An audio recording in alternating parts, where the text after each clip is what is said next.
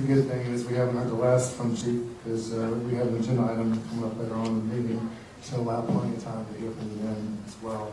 At this time, I'd like to move on to agenda item number 7 and I'd like to bring up Mr. Jeff Steiner. Mr. Steiner is our newly appointed Executive Director for Moving Mooresville Forward 2017. The plan has been under development for the past year and a half and has involved hundreds of volunteer hours and support from many in the community, including the town, Economic Development Corporation, and the Chamber of Commerce. We felt there was a real need to appoint an independent group led by an executive director that can help to keep us focused on the plan and engage the citizens of our area. Jeff's been on the job for 2 weeks, and we put him in the hot seat to present the plan tonight. Thanks, Jeff, for being here. Jeff comes to Mooresville with experience in running several automotive manufacturing businesses, was general manager at Dale Earnhardt Inc., and most recently became the Northwestern North Carolina franchisees for Five Guys Burgers and Fries and Moe's Southwestern Grill in Mooresville, Hickory, and Boone. Jeff and his wife Chris and 3 children live down the Raleigh Peninsula. Please welcome Jeff Steiner.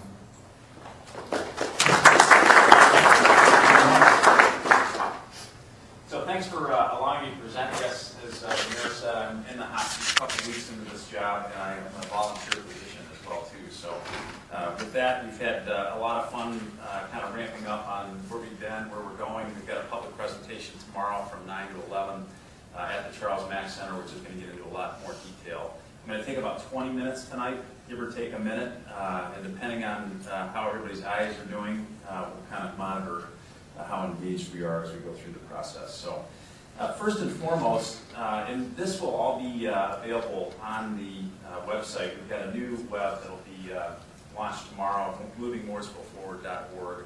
So if you miss out on a slide or two, you can get that hopefully by tomorrow afternoon. I'm going to try to work this button. Is that right? All right, so why are we here? Is this the right? Okay, thank you. This is really a unique collaboration.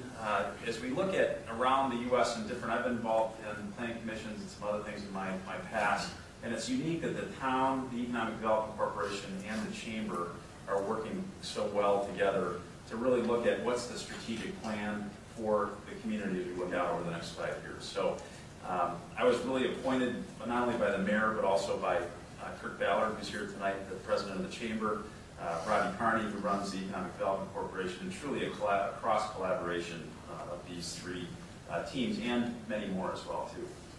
So why are we here? I want to review a little bit of where we've been over the last 5 years, what's going on now with the economic report that was developed by a gentleman by the name of Frank Warren, and then what's the direction, what's the plan over the next 5 years for the town of Mooresville. So let's take a look at where we've been. I'm not going to spend a lot of time here because it's historical, but in 2006, the town hired a group called Angelo Economics. They developed a pretty comprehensive report, and the upshot of their report was, hey, guys in Mooresville, focus on 3 areas. Target bringing industry into the town. There's some community improvement items that need to be done, and you might have a bit of a branding challenge because we're blessed with 2 unique areas of our town, the historical downtown and the lakeside. So that was really the 3 areas, and there was a lot of detail behind that.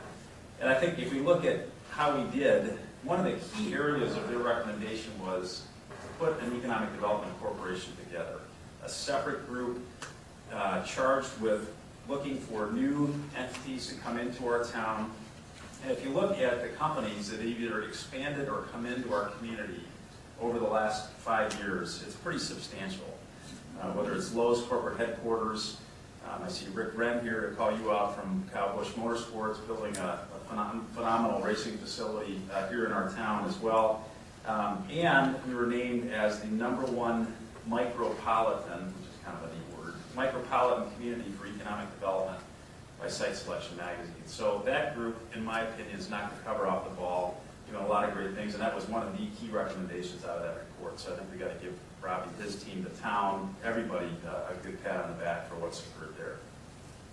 Second part of the report was community improvement, and they looked at different things like parks and rec, downtown development, roads and infrastructure, workforce development, and if you look at what's been done, not only with the Downtown Commission that's been put in higher gear. That was around before 2006. Doing a lot of great things with the downtown. Every time you go down Main Street, there's new improvements and it's looking great. Still have some work to do, but we're getting there. Parks and Rec, we created 2 great new parks with Mooresville Park and Cornelius Park. Roads and infrastructure, living down Brawley School Road, I'd like to remind our neighbors that we're really 4 years ahead of schedule getting that expansion done. If you look at the plan in '06, we weren't supposed to be starting on that till next year. If you can imagine how painful that would be. So we got it done 4 years ahead of schedule, even though it seemed like it was a project that was never going to end. It was well ahead of schedule. So hats off to that. The Exit 31 interchange, the new Exit 35 interchange, and then workforce development, trying to keep up with educating our workers for the companies that are coming into town. We've got Mitchell Community College with a great new facility here in town, and Mountain State down at Exit 33. So a lot was accomplished based on their recommendations there.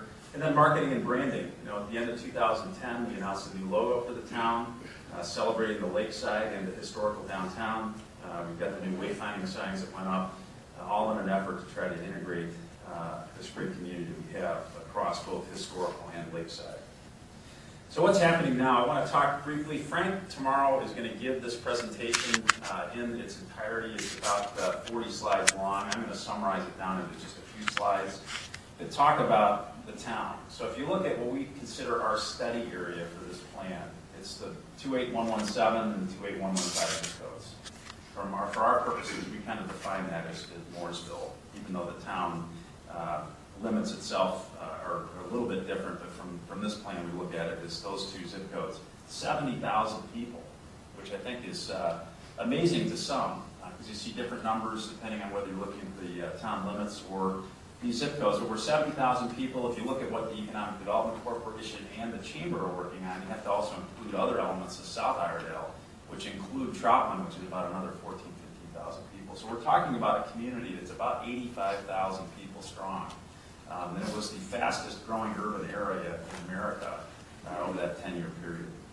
A couple key points on this slide, and it's tough to see the data on there. I know, Commissioners, you can see it on your screens. We were growing at 4.7% per year, every year for 10 years. That's 66% growth. If you talk to the experts, they say a sustainable growth rate is about 3%. So if you wonder why we were stretched, why we were paying, why we were getting some gray hair over that 10-year period, it was because we were a couple ticks above what the experts consider sustainable. So I'm not anyone to advise that the recession was a good thing, but in some ways, for planning purposes, it helped back us off a little bit so we can kind of get our arms around where things are going. So it was a heck of a ride over the last 10 years.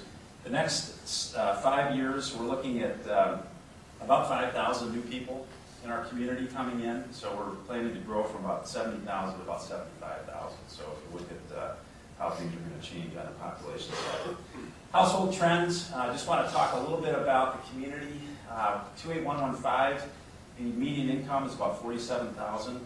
It's lower than the national median, which in some cases we might need to take a look at. It's interesting that the highest growth income category in the 1.5 zip code over the last 10 years was in the $75,000 to $100,000 per year range. 1.7 is about $75,000 average household median income, and their highest growth rate was in the 100 to 150 category, so you see higher income individuals moving in.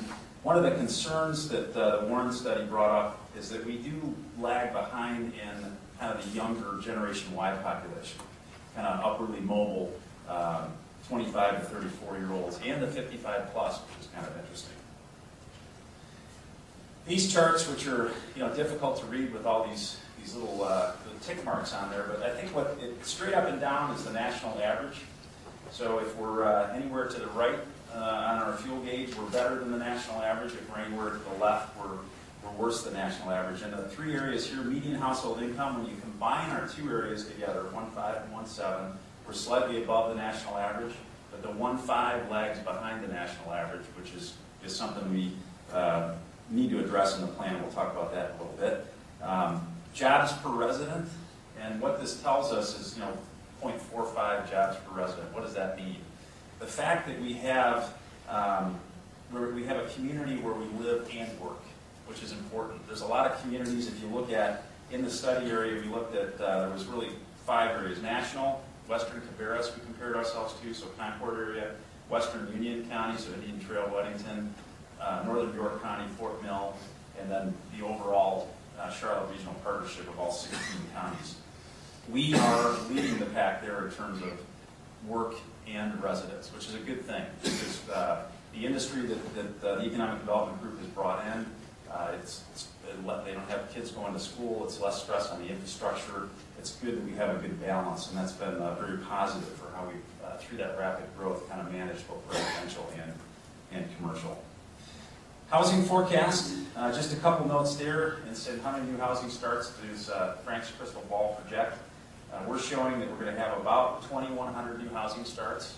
Now, as a comparison, over the 10-year period from 2000 to 2011, we had 11,000 new housing starts. It's over a 10-year period. This is over a 5-year period, so we're a little bit different time scales. But we should be able to support about 1,400 new single-family detached homes. We do have a need for additional apartments. Part of the study is showing that we are turning into a little bit of a renter-based economy based on the downturn. And many of those apartments are either now under construction or coming soon as well. Office forecast, we forecast we're going to be a little short in the office department. We're going to need about 200,000 new office space. So if you're a developer looking at this presentation, you try to believe that the town would be favorable on new office development since we're projecting we're going to have a bit of a shortage of office space. And the study indicates about 1,000 new office jobs. This doesn't mean only jobs coming into the area. This would be just office jobs. If we're successful bringing in a new manufacturing company or advanced manufacturing or headquarters, that would dramatically change that number. Retail, a little bit different story. Here we've got about 8 retail centers that should be either approved or either in process or coming soon, and they're all detailed in the plan. It's going to give us about 500,000 square feet of new retail space.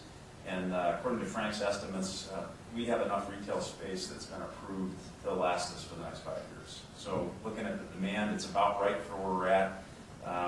Not saying we shouldn't be favorable to retail development, but given what's coming, whether it's the Sam's Club or Hobby Lobby or some of the other stuff that's in the mix, that's in the plan, we feel that should be adequate.